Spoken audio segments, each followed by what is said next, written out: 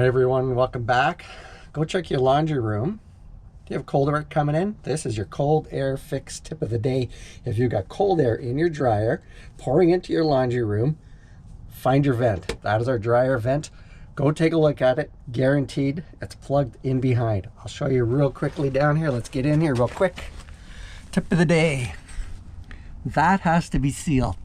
That's your little flapper valve right there. If it's open like this, that's a problem. You got cold air rushing all the way inside there.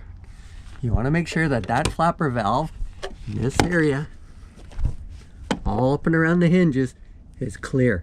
Get out there with a little screwdriver, maybe a little brush, and get rid of all this little dryer lint. Get rid of it all so that flapper valve can do its job. There's your tip of the day. Find your vent, get it cleaned out. You're done, you're good to go. Thanks for watching. Ooh, it's cold out here. It's about -15 right now. Thanks for watching. Thanks for subscribing. If you have any questions or comments, leave them. I think that's it. There we go. Hey, cheers. There's my breath.